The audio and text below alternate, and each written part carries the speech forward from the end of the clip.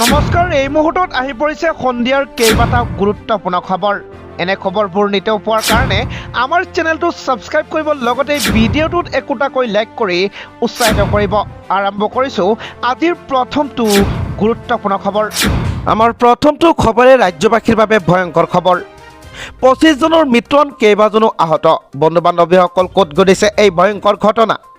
উত্তৰ কাশীৰ তীৰ্থযাত্ৰী কঢ়িয়াই অনা বাছ পৰিল পাহাৰৰ খাৱৈত। বন্ধু বান্ধৱীসকল, তীৰ্থযাত্ৰীসকলে যমুনাত্ৰীলৈ গৈ আছিল, যিটো বদ্ৰীনাথ, কেদাৰনাথ, গংগোত্ৰীৰ মন্দিৰৰ লগতে সাধাৰণতে চাৰধাম নামেৰে জনাজাত। উত্তৰাখণ্ডৰ উত্তৰ কাশীৰ দমটা অঞ্চলৰ সমীপত দেওবাৰে সন্ধিয়া মধ্যপ্ৰদেশৰ পান্না জিলাৰ পৰা 30জনকৈ অধিক তীৰ্থযাত্ৰী কঢ়িয়াই অনা এখন বাছ দোখাৱৈত পৰি 25 জন লোকৰ মৃত্যু হোৱাৰ লগতে কেইবাগৰাকী গুৰুতৰভাৱে আহত হয়। প্ৰধানমন্ত্ৰী নৰেন্দ্ৰ মোদীয়ে মৃতকৰ পৰিয়ালৰ বাবে 2 লাখ টকাকৈ আৰু আহতসকলৰ বাবে 50,000 টকাকৈ এককালীন সাহায্য ঘোষণা কৰিছে। ততাতৈয়াকৈ উত্তৰাখণ্ড আৰক্ষী আৰু ৰাজ্যিক দুৰ্যোগ প্ৰশমন বিভাগৰ উদ্ধাৰকাৰীসকলে দুৰ্ঘটনাস্থলীত উপস্থিত হৈ আৰু বিষয়টোৰ তদন্ত অব্যাহত আছে। তীৰ্থযাত্ৰীসকলে যমুনাত্ৰীলৈ গৈ আছিল, যিটো বদ্ৰীনাথ, কেদাৰনাথ, গংগোত্ৰীৰ মন্দিৰৰ লগতে সাধাৰণতে চাৰধাম নামেৰে জনাজাত। বন্ধু বান্ধৱীসকল, সেই ভয়ানক ভিডিঅ'টো আপোনালোকৰ মাজত উপস্থাপন কৰিছোঁ।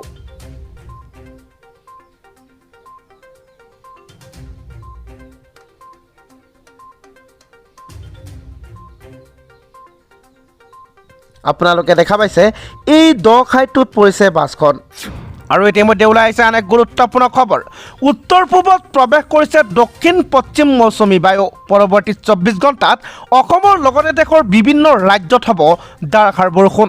স্কাইমেট ৱেডাৰৰ এক প্ৰতিবেদন অনুসৰি পৰৱৰ্তী 24 ঘণ্টাত অসম, মেঘালয়, অৰুণাচল প্ৰদেশ, নাগালেণ্ড, উপ হিমালয়, পশ্চিমবংগৰ বিভিন্ন স্থানত পাতলৰ পৰা মধ্যমীয়া বৰষুণৰ সৈতে ধাৰাসাৰৰ পৰা অতি ধাৰাসাৰ বৰষুণ হোৱাৰ সম্ভাৱনা আছে। এফালে দেশৰ কিছুমান ৰাজ্যত নিৰন্তৰ বৰষুণ অব্যাহত আছে, আনহাতে কিছুমান ৰাজ্যত তাপমাত্ৰা বৃদ্ধি পাইছে।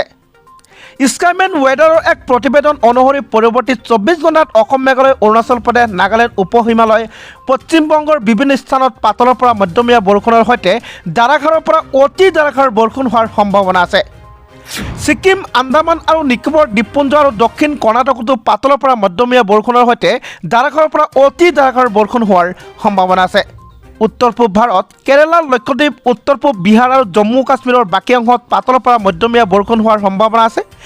উৰিষ্যা, অন্ধ্ৰপ্ৰদেশ, উত্তৰ আভ্যন্তৰীণ কৰ্ণাটক, তামিলনাডু আৰু কোংকণ আৰু গোৱাত পাতল বৰষুণ হোৱাৰ সম্ভাৱনা আছে। দেশত পুনৰ বাঢ়িছে কৰোনাত আক্ৰান্তৰ সংখ্যা। এসপ্তাহত আক্ৰান্ত হৈছে 25,000কৈ লোক। বন্ধু বান্ধৱীসকল, ওলাইছে এটা ভয়ংকৰ খবৰ। কেন্দ্ৰীয় চৰকাৰৰ পৰিসংখ্যা অনুসৰি 30 মে'ৰ পৰা 25 জুনলৈ মুঠ 25,300 লোক আক্ৰান্ত হৈছে এই নতুন কৰোনা ভাইৰাছত। কেৰালা আৰু মহাৰাষ্ট্ৰত সৰ্বাধিক লোক আক্ৰান্ত হৈছে বুলি জানিব পৰা গৈছে। দেশত পুনৰ বৃদ্ধি পাইছে কৰোনাত আক্ৰান্তৰ সংখ্যা। মুঠতে দেশৰ কেইবাখনো ৰাজ্যত দ্ৰুতগতিত বাঢ়িছে আক্ৰান্তৰ সংখ্যা।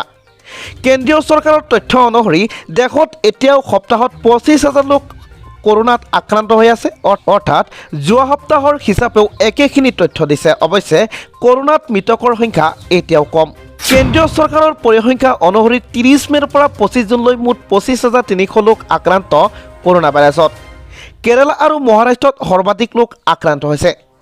দৈনিক সংক্ৰমণো বৃদ্ধি পাইছে।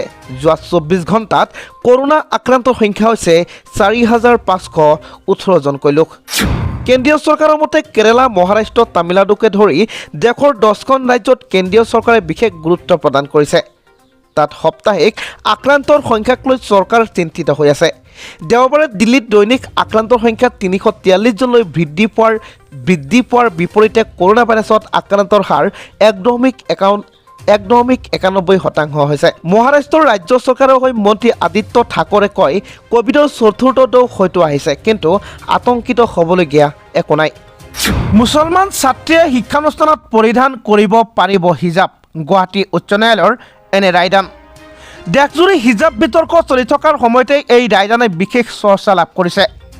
বোকাখাতৰ এখন আগশাৰী শিক্ষানুষ্ঠান খ্ৰীষ্টজ্যোতি হাইস্কুলৰ এগৰাকী ছাত্ৰীয়ে হিজাব পৰিধান কৰি বিদ্যালয়লৈ যোৱা সম্পৰ্কত গুৱাহাটী উচ্চ ন্যায়ালয়ে এক গুৰুত্বপূৰ্ণ ৰায়দান কৰি বিদ্যালয়ত হিজাব পৰিধান কৰিব পাৰিব বুলি উল্লেখ কৰিছে। 2013 চনত বিদ্যালয়খনৰ নাৰ্চাৰীৰ এগৰাকী ছাত্ৰীয়ে হিজাব পৰিধান কৰি বিদ্যালয়লৈ যোৱাৰ বাবে বিদ্যালয় কৰ্তৃপক্ষৰ লগতে বিদ্যালয় পৰিচালনা সমিতিয়ে বাধা আৰোপ কৰিছিল, যাৰ বাবে ছাত্ৰীগৰাকীৰ মাতৃ আলিয়া আহমেদে গুৱাহাটী উচ্চ ন্যায়ালয়ত এক গোচৰ ৰুজু কৰিছিল। আলিয়া আহমেদে অসম চৰকাৰৰ মুখ্য সচিব, সঞ্চালক উচ্চতৰ মাধ্যমিক শিক্ষা সংসদ, বোৰ্ড অৱ ছেকেণ্ডাৰী এডুকেশ্যন, জিলা উপায়ুক্ত গোলাঘাট, বিদ্যালয় পৰিদৰ্শক, গোলাঘাট পৰিচালনা সমিতি, খ্ৰীষ্টজ্যোতি হাইস্কুলৰ অধ্যক্ষ, খ্ৰীষ্টজ্যোতি হাইস্কুলৰ বিপক্ষে WPC 2090/2013 নম্বৰ গোচৰ তৰে। গোচৰৰ পিছতেই ন্যায়ালয়ে ছাত্ৰীগৰাকীক হিজাব পৰিধান কৰি বিদ্যালয়লৈ আহিব পাৰিব বুলি স্থগিতাদেশ দিয়ে।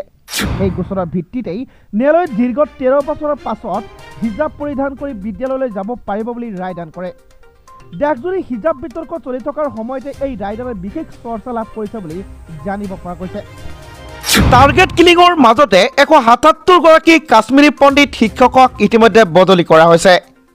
শেহতীয়াকৈ কেন্দ্ৰীয় শাসিত অঞ্চল জম্মু কাশ্মীৰত উগ্ৰপন্থীৰ টাৰ্গেট কিলিঙৰ লক্ষ্য হৈ পৰা কাশ্মীৰী পণ্ডিতসকলৰ সুৰক্ষাৰ বাবে স্থানীয় প্ৰশাসনে এক গুৰুত্বপূৰ্ণ পদক্ষেপ গ্ৰহণ কৰিছে। শ্ৰীনগৰৰ বিভিন্ন অঞ্চলত নিয়োজিত 177গৰাকী কাশ্মীৰী পণ্ডিত শিক্ষকক জিলা সদৰলৈ স্থানান্তৰ কৰা হৈছে। শ্ৰীনগৰস্থিত মুখ্য শিক্ষা বিষয়াই জাৰি কৰিছে এই নিৰ্দেশনা। উল্লেখ্য যে কেন্দ্ৰীয় গৃহমন্ত্ৰী অমিত শ্বাহে শুক্ৰবাৰে এক উচ্চ পৰ্যায়ৰ বৈঠকত মিলিত হৈছিল।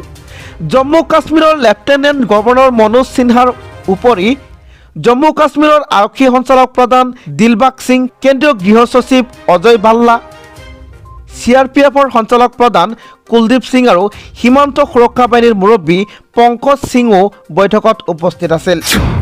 উপত্যকাৰ পৰা কাশ্মীৰী হিন্দুসকলৰ পলায়নৰ মাজতে তেওঁলোকক সুৰক্ষা দিবলৈ চৰকাৰে এই পদক্ষেপ গ্ৰহণ কৰিছে। উল্লেখযোগ্য যে কাশ্মীৰী হিন্দুসকলৰ হত্যাক কেন্দ্ৰ কৰি সাধাৰণ লোকৰ মাজত ক্ষোভৰ উদ্গীৰণ হোৱা পৰিলক্ষিত হৈছে। শেহতীয়াকৈ অৰ্থাৎ 1 মে'ৰ পৰা কেন্দ্ৰীয় শাসিত অঞ্চল জম্মু কাশ্মীৰত সন্ত্ৰাসবাদীয়ে 9জন হিন্দু নাগৰিকক গুলীয়াই হত্যা কৰিছে। এই টাৰ্গেট কিলিঙক লৈ বৰ্তমান দেশৰ ৰাজনীতিত গৰম হৈ থকাৰ সমান্তৰালকৈ কাশ্মীৰী পণ্ডিতসকলে ৰাজপথলৈ ওলাই আহি তেওঁলোকৰ সুৰক্ষাৰ বাবে চৰকাৰক যাৱতীয় ব্যৱস্থা গ্ৰহণ কৰাৰ দাবী জনাইছে। বুধবাৰে হিমন্ত বিশ্ব শৰ্মা চৰকাৰৰ মন্ত্ৰীসভাৰ সম্প্ৰসাৰণ। মন্ত্ৰীসভাত কিমানখন নতুন মুখ থাকিব, কোন হ'ব আউট, কোন হ'ব ইন, ভিডিঅ'টোৰ জৰিয়তে আপোনালোকে জানিব পাৰিব। শীঘ্ৰে হিমন্ত বিশ্ব শৰ্মা চৰকাৰৰ মন্ত্ৰীসভাৰ সম্প্ৰসাৰণ হ'ব। 8 জুনত ঘোষণা কৰা হ'ব নতুন মন্ত্ৰীৰ নাম। অৱশ্যে নতুনকৈ কিমানজন মন্ত্ৰী অন্তৰ্ভুক্ত হ'ব সেয়া এতিয়াও স্পষ্ট হোৱা নাই। শীঘ্ৰে হিমন্ত বিশ্ব শৰ্মা চৰকাৰৰ মন্ত্ৰীসভাৰ সম্প্ৰসাৰণ হ'ব। 8 জুনত ঘোষণা কৰা হ'ব নতুন মন্ত্ৰীৰ নাম। অৱশ্যে নতুনকৈ কিমানজন মন্ত্ৰী অন্তৰ্ভুক্ত হ'ব এয়া এতিয়াও স্পষ্ট হোৱা নাই। মুখ্যমন্ত্ৰী হিমন্ত বিশ্ব শৰ্মাই প্ৰকাশ কৰা মতে 8 জুনতেই নতুন মন্ত্ৰীৰ নাম ঘোষণা কৰা হ'ব। ইয়াৰ পূৰ্বে কেন্দ্ৰীয় নেতৃত্বৰ সৈতে আলোচনা কৰি থিৰাং কৰা হ'ব নতুন মন্ত্ৰীৰ নাম। মন্ত্ৰীসভাত নতুনকৈ কোনে কোনে স্থান পাব তাক লৈ চলিছে জল্পনা কল্পনা। অৱশ্যে ইয়াৰ মাজতে মুখ্যমন্ত্ৰীগৰাকীয়ে ইংগিত দিয়ে যে পাহাৰৰ 5 বিধায়কৰ এজনে মন্ত্ৰীত্ব পাব, আনহাতে বৰ্তমানৰ মন্ত্ৰীসকল মন্ত্ৰী হৈয়ে থাকিব, কিন্তু দপ্তৰ সলনি হ'ব পাৰে। মুখ্যমন্ত্ৰীগৰাকীয়ে এইদৰে প্ৰকাশ কৰে। গুৱাহাটী মহানগৰীত বন্ধ হ'ব পেট্ৰল আৰু ডিজেল চালিত বাহন। মন্ত্ৰী চন্দ্ৰমোহন পাটোৱাৰীৰ এনে মন্তব্য। গুৱাহাটী মহানগৰীৰ ৰাজপথত বন্ধ হ'ব পেট্ৰল আৰু ডিজেল চালিত বাহন। ৰাজ্যৰ পৰিবহণ বিভাগে বন্ধ কৰিব পেট্ৰল আৰু ডিজেল চালিত বাহন, কাৰণ গুৱাহাটী মহানগৰীৰ ৰাজপথত চলিব বিদ্যুৎ চালিত বাহন। আজি এই কথা জানিবলৈ দিয়ে ৰাজ্য চৰকাৰৰ পৰিবহণ আৰু উদ্যোগ মন্ত্ৰী চন্দ্ৰমোহন পাটোৱাৰীয়ে। BTCৰ কোকলাবাৰী পৰিষদীয় সমষ্টিৰ উপ নিৰ্বাচনত মৃত্যুজনৰ প্ৰাৰ্থী মণ্টু বড়োৰ হৈ নিৰ্বাচনী প্ৰচাৰত অংশ লৈ ৰাজ্য চৰকাৰৰ পৰিবহণ মন্ত্ৰীগৰাকীয়ে কয়, সম্প্ৰতি মহানগৰীত 20খন বিদ্যুৎ চালিত বাহন চলি আছে। অচিৰেই গুৱাহাটী মহানগৰীলৈ আহিব 200খন বিদ্যুৎ চালিত বাহন। এই বাছসমূহ চলিলেই মহানগৰীত বন্ধ কৰিম পেট্ৰল আৰু ডিজেল চালিত বাহন। প্ৰদূষণমুক্ত কৰাৰ বাবে সকলোৱে নিজৰ বাহনসমূহ CNG নাইবা বিদ্যুৎ চালিত কৰিব লাগিব। আনকি সমগ্ৰ ৰাজ্যতে বাহনসমূহ বিদ্যুৎ চালিত কৰিব বুলি জানিব দিয়ে মন্ত্ৰী পাটোৱাৰীয়ে।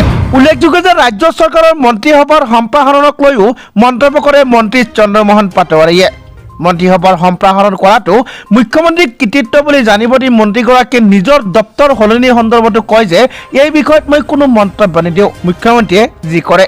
প্ৰণিধানযোগ্য যে ৰাজ্যত বন্ধ হৈ থকা উদ্যোগসমূহৰ কৰ্মচাৰীসকলে সকলো ধৰণৰ ধন লাভ কৰা বুলিও মন্ত্ৰীগৰাকীয়ে জানিব দি বন্ধ হৈ পৰা কাপোৰ আৰু সূতা উদ্যোগসমূহ আৰু মুকলি কৰিব নোৱাৰিব বুলি তাৎপৰ্যপূৰ্ণ মন্তব্য কৰে। তেওঁ কয় যে গুজৰাটৰ পৰা চিজ আনি ইয়াত আৰু সূতা তৈয়াৰ কৰিব নোৱাৰিব। বিশেষকৈ টিহুৰ নাটকুচিত থকা সূতা উদ্যোগটোৰ সলনি ফুড পাৰ্ক নিৰ্মাণৰ কথা উল্লেখ কৰি মন্ত্ৰীগৰাকীয়ে সূতা উদ্যোগৰ স্থানত ইণ্ডাষ্ট্ৰিয়েল পাৰ্ক নিৰ্মাণ কৰিব বুলি জানিবলৈ দিয়ে।